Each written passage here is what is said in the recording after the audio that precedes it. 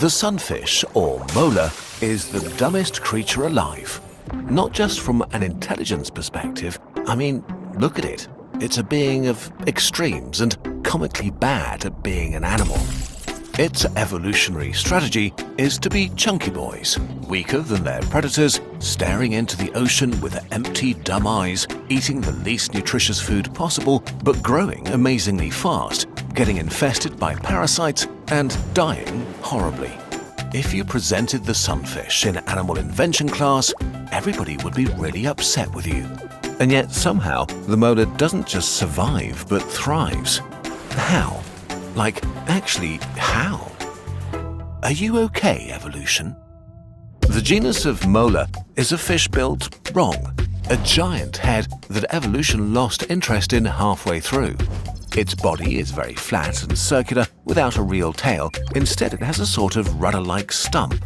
Two fins on the top and bottom give it an, unorthodox swimming style. They propel themselves forwards by flapping their fins in a goofy wobbling motion with as little grace as possible. It's less like swimming and more like underwater flying, although when they really try, molar can match strong swimmers like salmon or marlins.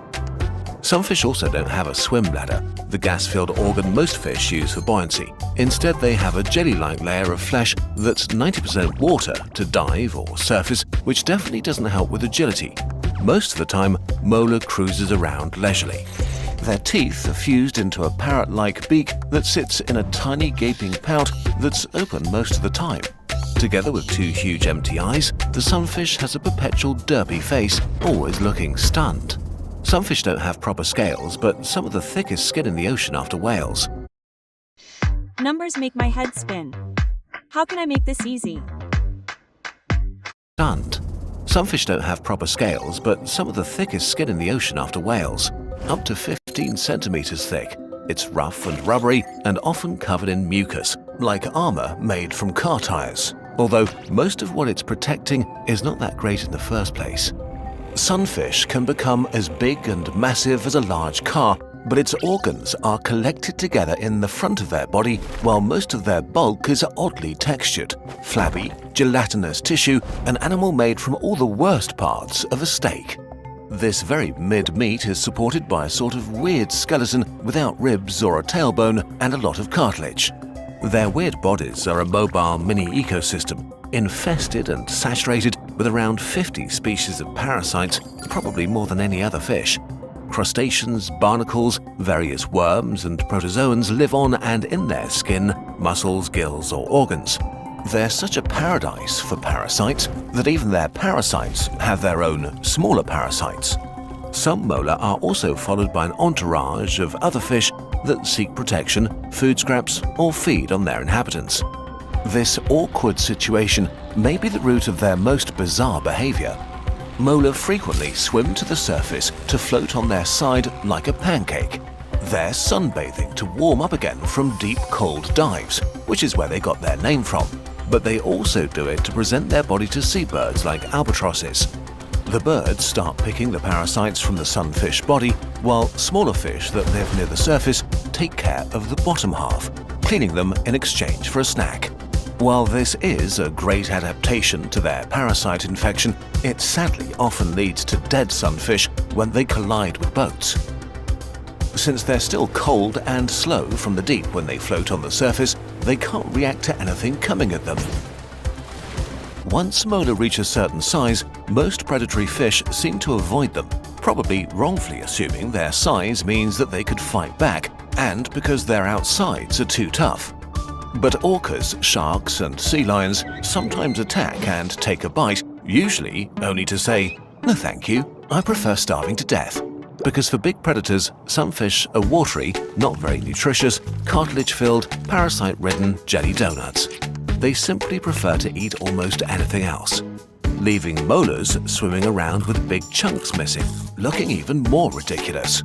Sea lions have been observed to skip the whole sunfish and only eat its organs, play with its body like a frisbee, and then leave the rest for scavengers.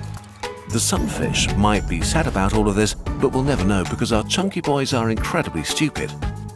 Lovable, chunky, derpy idiots. Sunfish have one of the lowest brain-to-body ratios in the animal kingdom.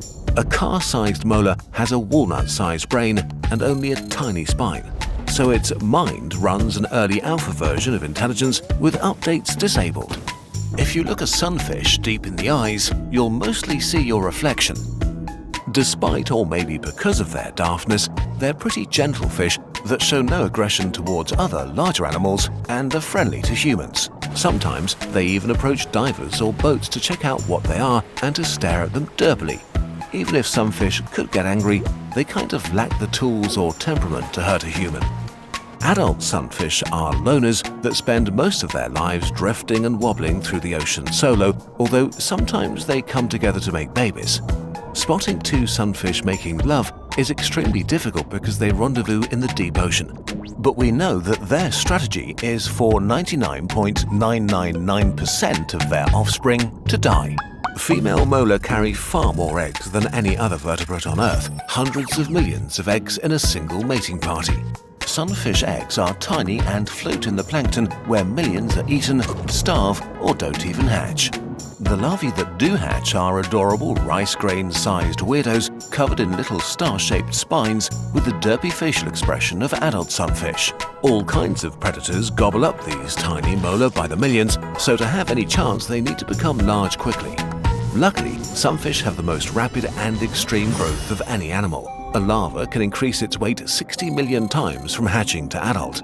This is the equivalent of a human baby growing to the weight of an aircraft carrier. If you grow fast, you need a lot of nutritious food, and this is why molar have chosen to specialize on the dumbest meal available. The dumbest predator versus the dumbest prey. The sunfish found a truly remarkable ecological niche. If your prey is so pathetic that some other predators don't want to bother with it, you have it all for yourself. Molar are generalized predators with a focus on small and soft stuff. Their huge eyes can see incredibly well, especially in dim water, and they can sneak up on small prey or sift through drifting zooplankton. Mostly fish larvae, squids, shrimps, mollusks, starfish, small crustaceans, really any soft critter they can get to. But maybe their favorite meals are from the jelly kind of sea life, like jellyfish, ctenophores, and salps, which really is something since these are almost entirely water and have almost no calories. So to get any meaningful amount of nutrition, sunfish can mow through swarms of jellyfish, sometimes devouring thousands in a single day. Without a swim bladder, molar can dive very deep and surface quickly and freely, giving them a huge range, able to travel dozens of kilometers a day to graze on the seafloor or reefs, hunt for jelly in the deep, or consume plankton and algae near the surface. Molar are the cows of the ocean, huge and constantly floating around, slurping in high volumes of low-nutrient food. Since they don't really chew with their beak, sunfish have found another absurd way to eat: long, claw-like teeth in their throat. Molar suck in their prey, pull it through their throat teeth that prevent it from escaping, and maybe move it around and rip it apart like a slow-motion wood chipper. Okay, as much as we're roasting the sunfish, and don't worry, it doesn't understand that we're making fun of it, actually it's kind of genius. Nature has a sense of humor and has left niches in the ecosystem that are best filled by being passive and bad at everything. Molar are derpy goofballs that are bullied by everyone. And while it is fun to call them dumb, actually they're a highly specialized and resilient species widely spread throughout the oceans of the world. A marvel of evolution.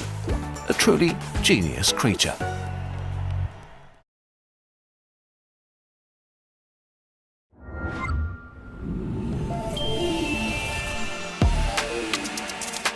Marvel of evolution. A truly genius creature. And as the human gazes into the sunfish's eyes and wonders how evolution could produce such an ingenious creature, Sunny suddenly wonders about her own origins. There's a deeper version of her story that nobody told her, so let's help her find out. With the MyHeritage DNA test, she can take a deep dive into her own DNA, discover her family history, and explore her geographic origins. And for only $29, she decides to go for it. The DNA test is incredibly simple, just a quick swab inside her cheek, pop it back in the mail, and that's it. After a few weeks, she gets her results back. Like taking a journey back through the millennia, she can now explore her ancestors' fingerprints etched into her DNA. With Ancient Origins, a new feature by MyHeritage DNA, Sunny traced her story back 10,000 years to find out she's descended from Norse Vikings. And there's more. She also discovers thousands of distant relatives all over the world. All these people share a small part of her DNA. Makes you wonder if they like sunfish as much as she does. This was more than just a DNA test, it was like a global family reunion. If you're curious about what your DNA might reveal about you, order your MyHeritage DNA kit today for just $29. Click the link or scan the QR code. Your DNA connects you to every other human on this planet, and learning about your origins can yield some truly amazing insights into how you became you. Want the dumbest animal alive on your wall? Our official sunfish poster is now available on our shop, but only while supplies last. This poster also kicks off a brand new series of dedicated video posters. While you're browsing the shop, check out our other sciencey products. Every purchase directly funds new videos. Thanks for helping this dumb fish make smart science happen.